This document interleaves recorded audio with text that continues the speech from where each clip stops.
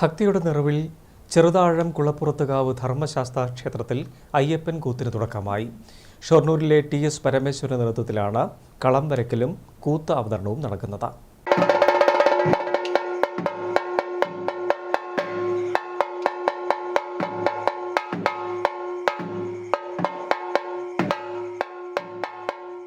പുരാതന ക്ഷേത്രങ്ങളിലൊന്നാണ് ചെറുതാഴത്തെ കുളപ്പുറത്ത് കാവ്.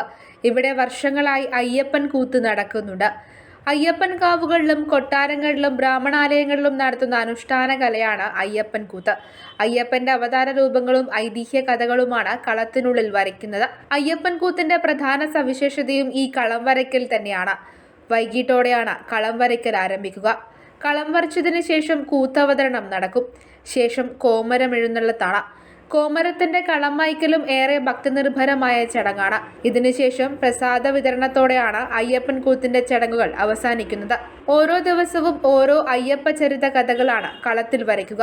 ഷൊർണൂരിലെ TS പരമേശ്വരന്റെ നേതൃത്വത്തിലാണ് കുളപ്പുറത്ത് കാവിലെ കളം വരയ്ക്കലും കൂത്തവതരണവും നടക്കുന്നത്. ഈ ക്ഷേത്രത്തിൽ കാലാകാലങ്ങളായിട്ട് പുരാതനമായി നടന്നു വരുന്ന ഒരു ചടങ്ങാണ് ഈ അയ്യപ്പൻ കൂത്ത്. ഇത് 12 കളമാണ് നടക്കുന്നത്. ഭക്തജനങ്ങളുടെ വിശ്വസ്തമായ ഒരു അയ്യപ്പനാണിത്.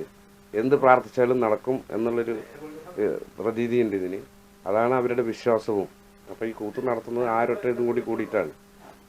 ഇത് വർഷങ്ങളോളമായിട്ട് നടക്കുമ്പോൾ ഇതിനെ ഇനിയും മുന്നോട്ട് നമുക്ക് എങ്ങനെ കൊണ്ടുപോകണം എന്നുള്ളതാണ് ഇപ്പോൾ നമ്മൾ നോക്കുന്നത്.